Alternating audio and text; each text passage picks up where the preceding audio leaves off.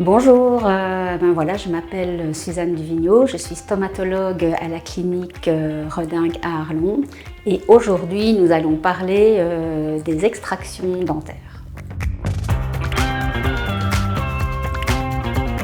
Quand la dent est beaucoup trop abîmée pour qu'on puisse la conserver.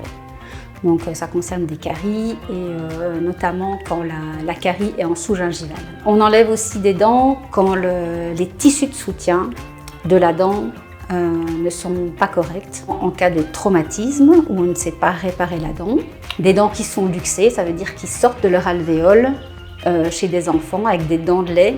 C'est des cas aussi où on ne gardera pas la dent de lait. On passe alors maintenant sur les dents infectées avec une infection majeure qu'on ne sait pas solutionner avec un traitement des racines. On a alors aussi les dents mal positionnées. Donc, l'exemple le plus typique des dents mal positionnées, ce sont les dents de sagesse, voilà, qui sont mal positionnées ou qui pourraient causer des problèmes aux autres dents ou qui pourraient faire bouger les autres dents. Un peu plus malheureux celui-là, mais il faut qu'on en parle, c'est parfois on peut décider d'enlever des dents de manière préventive parce que vous allez avoir prochainement un traitement lourd.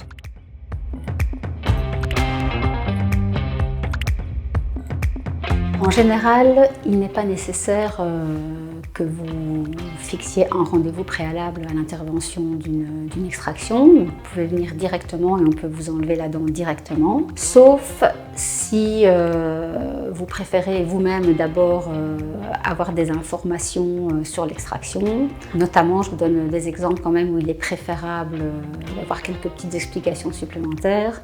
C'est quand on enlève 4 dents de sagesse en une seule fois. Voilà, le post-opératoire, il est un petit peu plus long et parfois c'est intéressant d'avoir des informations avant. On doit aussi se préparer pour si vous avez un travail ou si vous êtes à l'école, vous devez savoir que vous allez avoir au moins quelques jours où vous ne pourrez pas travailler.